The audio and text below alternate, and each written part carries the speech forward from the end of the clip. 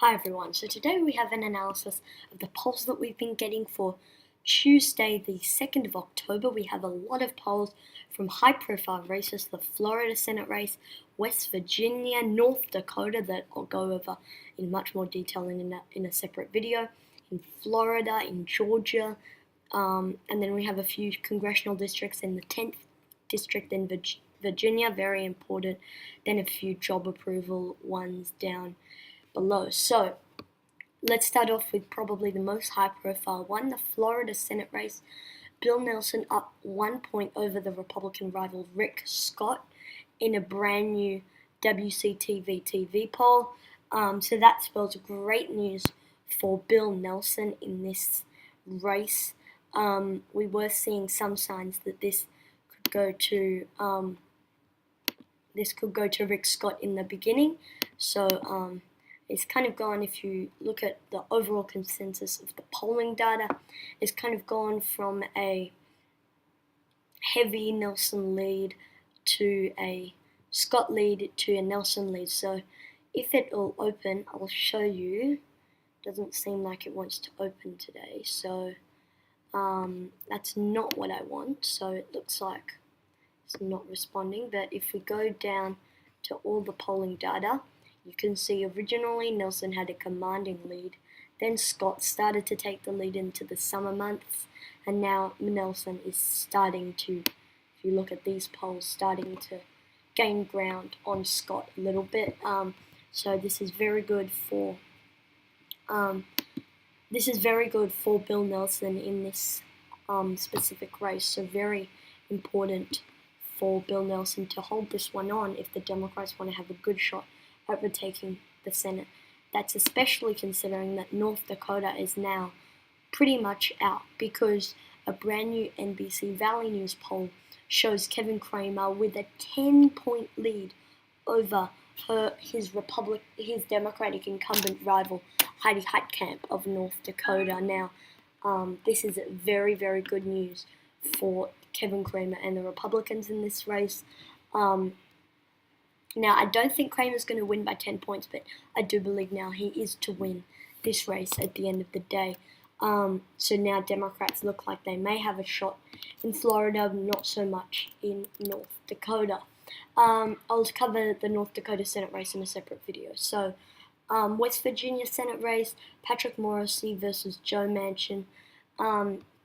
We have a brand new WSAV AZ TV poll that shows Manchin with an 8-point lead. He could have done better, but this is about the average of what we're seeing. 8, maybe a bit over 8-point lead in these polls. So very important things for Joe Manchin, the incumbent there. It is a leaning Democratic seat.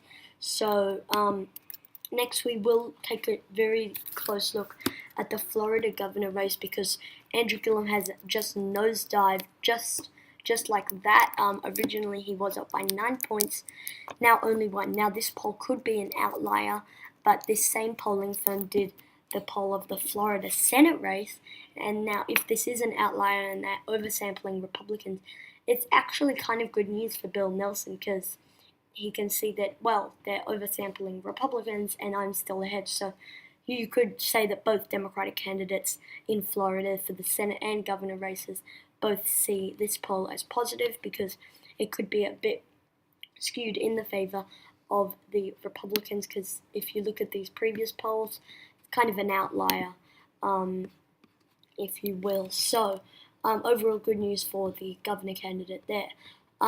If we look at the Georgia governor race, Brian Kemp versus Stacey Abrams. A new poll shows Kemp with a 2-point lead. I wouldn't trust this poll as much as a polling firm like Gravis or Survey USA, because this, I don't even know what this is.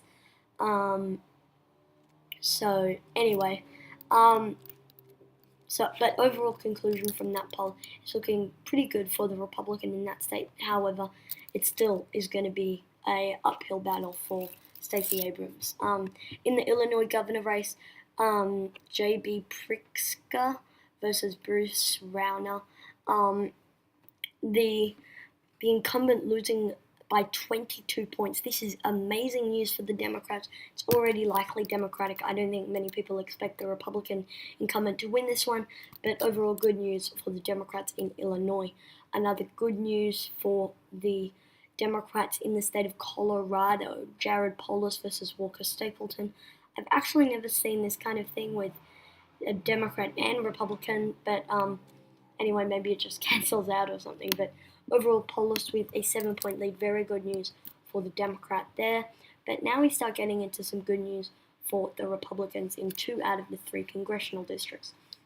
A new poll out of the 1st district in Ohio, we have Steve Chabot versus Aftab Puviel. I don't know how to pronounce that name, I apologize.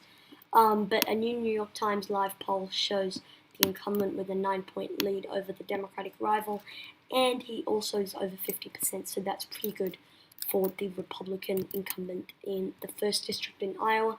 But where it's not good for the incumbent in a state, that is the state of Virginia. Jennifer Wexton, 6-point edge over Republican incumbent Barbara Comstock. Wexton has remained at 50%. Comstock has grown from 41 to 44%, but overall it's looking really positive for Wexton to go on and take this one from the incumbent Comstock. In the 5th district in Oklahoma, we have a Sooner poll that has the Republican incumbent up 10 points over the Democratic rival in the 5th district in Oklahoma. It is rated as likely GOP, so you can't expect much from that. If we go and look at the job approvals, a new Quinnipiac poll underwater by 12 points, not great news for the president. But then this Rasmussen Reports poll shows him underwater by 2%. One last poll that we need to go over, the generic congressional vote. A new Harvard-Harris poll has the Democrats up 8 points. So as you can see from their high point, 49.1, now 48.5. So not really changing much. It's just that the GOP has gained from 36.1 to 41.1. So that's just an overview of the generic congressional vote. Thank you guys for watching this video. Comment down suggestions below, and I'll see you all in the next one. I will be coming out with a new analysis of North Dakota's Senate race because of that new poll, and you could expect some major flips in that state. So, yeah, thank you guys for watching this video. Comment down suggestions below, and I'll see you all in the next one. Peace.